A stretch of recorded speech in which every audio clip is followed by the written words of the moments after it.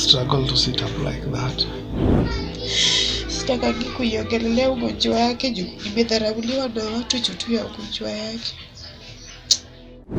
If there's a story that embodies a true love, sacrifice, this is that story. This is that story for sure. And it is one of those stories that stay with you. This is Strength of a Woman. Jamila Ching and Douglas Alex Mukanga, Dagi. This is Afrocentric. Please watch to the end and celebrate her.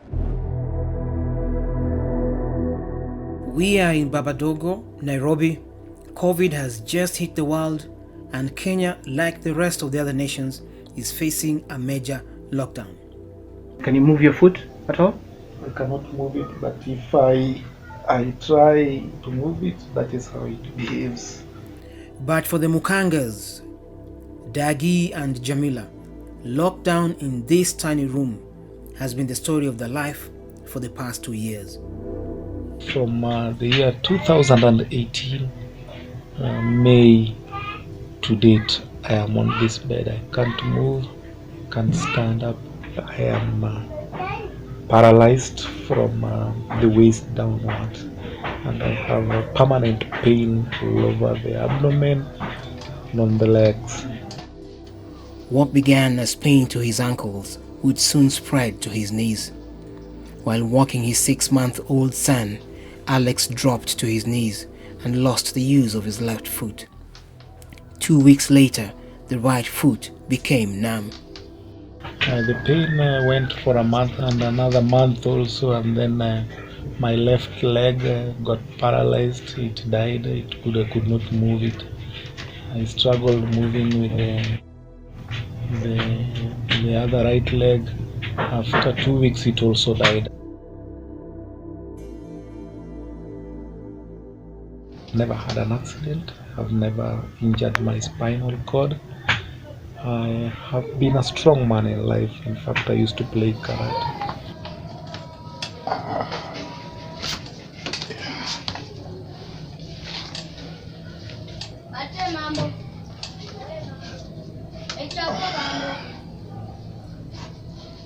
Alex Mukanga, an old boy of Maranda High School, previously worked for USAID, but whose poor health has now condemned him to a life of destitution.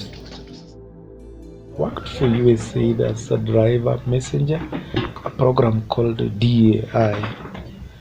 So after that project ended, I came back now. I started driving these big buses, upcountry buses to Busia, to Port Victoria.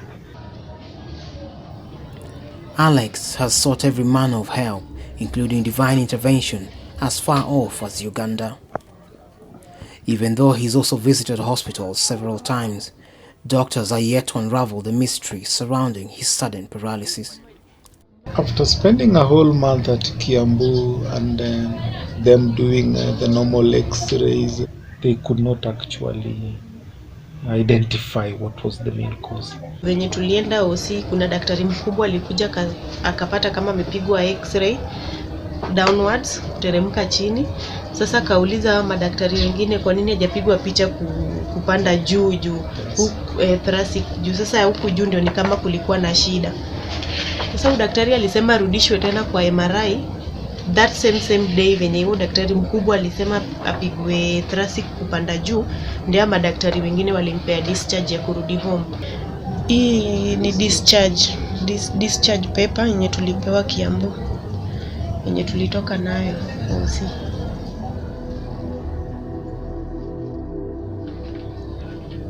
Failed by the inefficiencies of the medical system, the Mukangas have been subjected to a life of indignity behind these four walls, unable to raise more funds for Alex's treatment. So they were suggesting I do the thoracic MRI, but then it was costly. I was not going to raise the money. So they had to give me a discharge, advising me to look for the funds and then go do the thoracic MRI at the German hospital, which I have not done to date because I have not been able to raise the cash. It costs about 15,000 shillings for an MRI X-ray. How long has it been since you were told to go for a thoracic MRI? It is now about 1 year. I've had my former schoolmates that have really helped me a lot on this. Relatives also, some of them, though most of them ran away. You see, when you are in this state, some of them give up on you. On school side, both my children are in the missions of hope schools, and two of them are like now 3 years without me paying a single coin. The teachers understood. I really find it rough on paying my rent and even getting the daily meal. It's really hard. Have you had a meal today? No, today I haven't eaten anything since morning. I drink water. I take a meal once in a day. That is what we can afford. How does a man stay alive in this kind of situation? I sometimes think it is glory to God for all that. On a typical day, one of your greatest wishes is just to have a meal. Yes, just to have a meal and then I call it a day. Because I have some medications I still take. I have medications I'm taking catch nerves. I'm taking neurobion. Those are very strong medications that if you take them without a meal, then you feel really dizzy. I take some medication and I sleep for extremely long hours. What is your greatest desire right now? My greatest desire right now is that one day someone gets the real cause of my sickness, and that I may be able to stand up and walk again and do my things my own way. I believe this disease is only dealing with me from the waist downwards. Otherwise, my arms, my brain, I think I can even struggle at times. I can struggle to sit up like that. I struggle and then I sit up. So,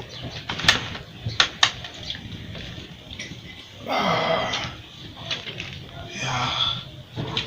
So I can struggle to sit up like that. There will be a lot of pain. Amekojoa hapo, anajipupulia hapo, unataka uoshe. Kwa ugonjwa ya Douglas nimepitia. Hakuna mtu rafiki yangu kwa hii dunia kama si dada yangu Lorin na baba yangu. Wao ndio unipea hope kwa ugonjwa wake. Sitaki kuiongelelea ugonjwa wake juu nimedharauliwa na watu juu ya ugonjwa yake. Naomba tu kama mtu anaweza tu amua tu amsaidie tu amke tena atembee. Naweza sikia vizuri sana, naweza mshukuru. Hivyo tu.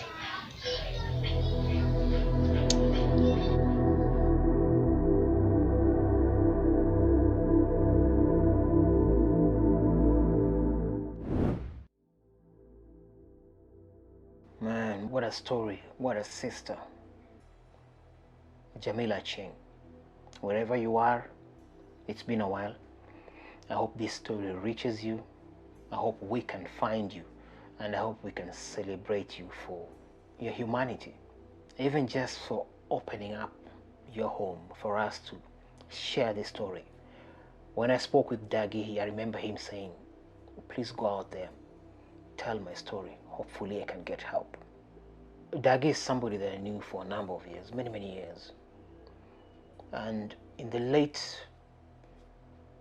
2019, thereabout, Dagi reached out and he would talk about his health, saying he wasn't doing well, things were bad for him. He was home, he was bedridden, and he didn't even have much in terms of income or food to put on the table. And remember, this is a family man. So that became his life.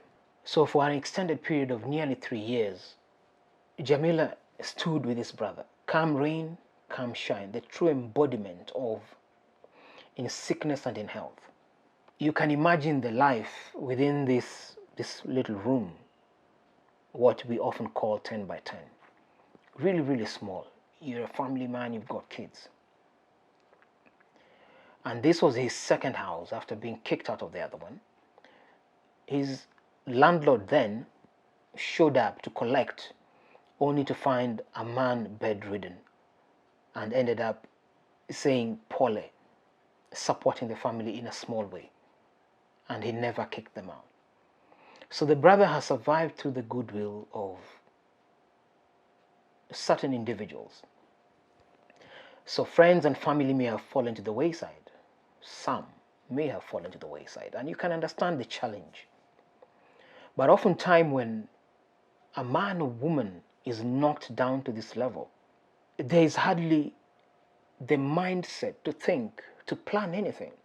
The instinct to survive, to live to see another day kicks in. This is how they had to live their life, trying to find medication every other day, trying to find a little food every other day, sometimes going without meals. And this is a tragedy of our health system in this country, that it is failing Kenyans so much. If Dagi had gotten good diagnosis, his problem would never have persisted that long.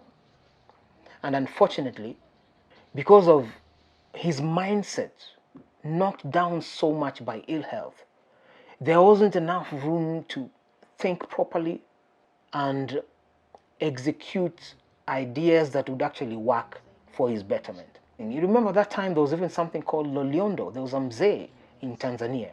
And Kenyans were going there in droves. Dagi considered going to TZ for this herbal thing, this miracle thing that this mzee was talking about. And as we see all across, it was all a hoax. Much the same way that sometimes we see there are so-called intercessors who want to be paid to pray. This gift of life given to us freely by our Maker, other human beings want to commercialize it. That's a tragedy. I eventually got to visit Dagi, and what a sight. In this small house in Babadogo, and the brother had only asked for 200 bob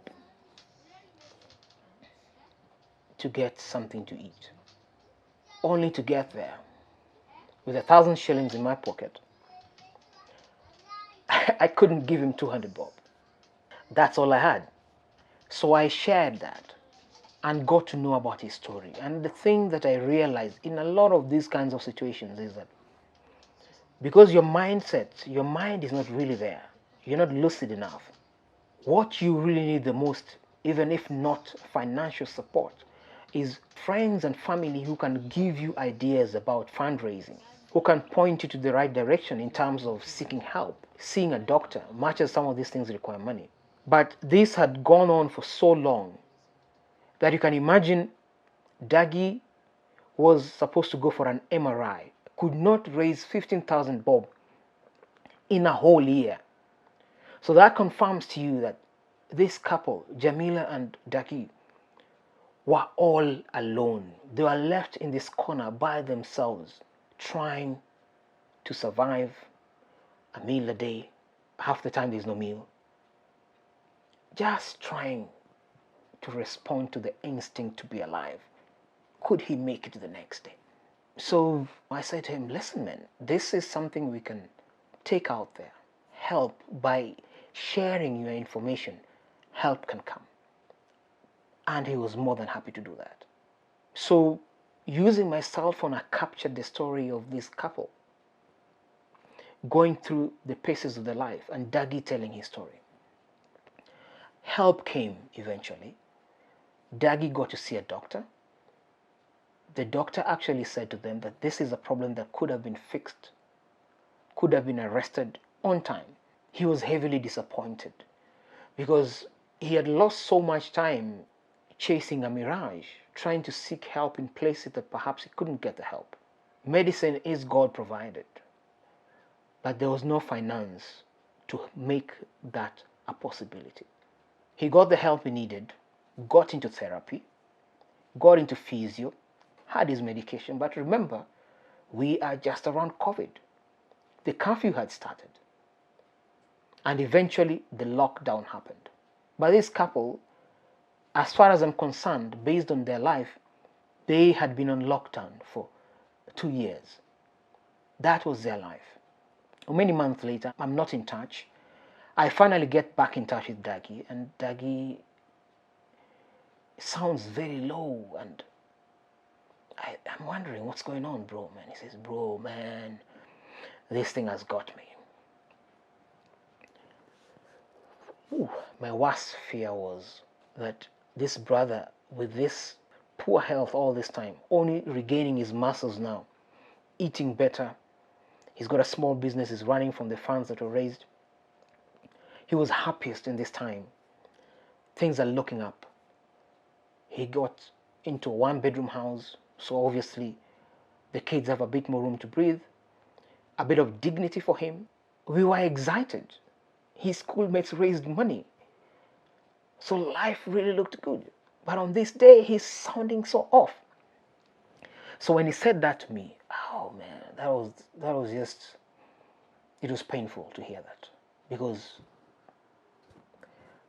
I was afraid for him. That he had clung, he had held on this long. Then the monster COVID comes along. So the next time I call his wife, Jamila, and Jamila says to me, Dagi called me last night, but he couldn't talk. He just was groaning or something like that. And at this time, Dagi was already at KU, the hospital at Kenyatta University.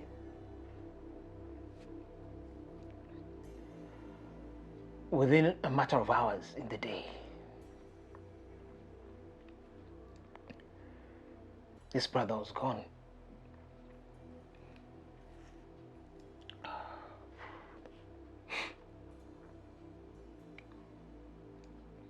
This brother was gone, man.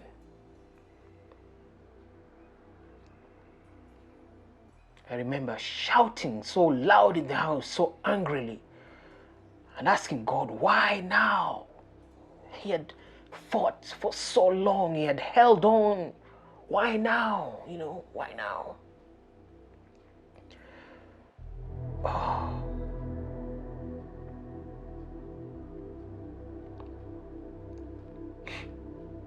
I haven't seen Jamila for a while. I don't know where she is. The saddest bit is with COVID, you know how they do it. It was rushed. You're very quickly sent into the ground. They traveled home. He was laid to rest. And Jamila just experienced nothing but drama from home all the way back to Nairobi. From her in-laws, dispossessed. The little business that they'd started, wiped out. They came and took it all.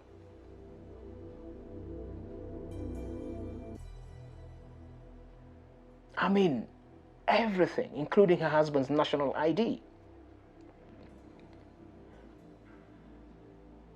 And a child they were raising together, a stepchild. So here is a widow. And I can only imagine the life that she's had. Because I think after this incident, Jamila, I believe, went underground for her own sanity and for the sake of her children. Left without a cent, without anything.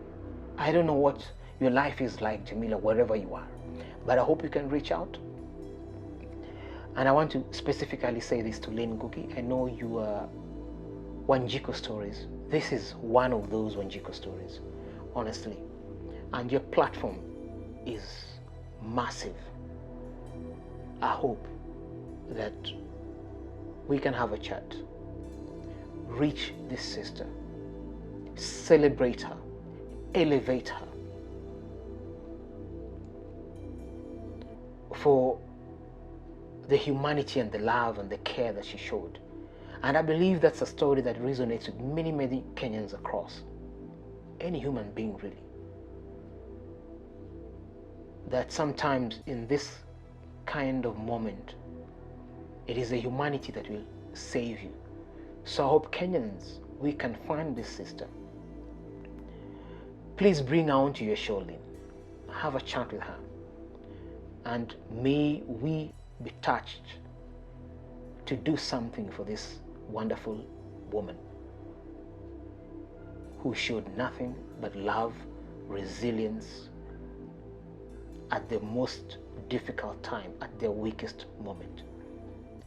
She may be alone, but I hope she doesn't have to walk alone for the longest time.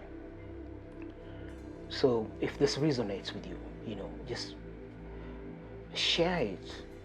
Let's find this sister.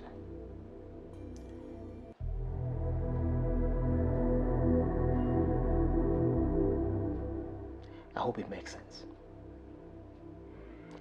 So these stories are challenging, but I know half the time my content is largely commentary on political and social issues. But this is a human interest story, and I know it's worth departing from what is regular content here, to just connect and embrace those of us who are really in difficult situations. Let's celebrate this sister. Christmas is around the corner. We can share a little bit of cheer. But whatever happens, I hope, Jamila, we can link up again at some point and celebrate you. Strength of a woman. You've been a fine sister, man. Umepiga vita. Hii vita si watu wengi wanaweza. Watu toroka, men, women, watu toroka tu. So it's been quite a journey. Many thanks, guys, and please like, subscribe as usual. I wish you nothing but peace and love. We'll see you again.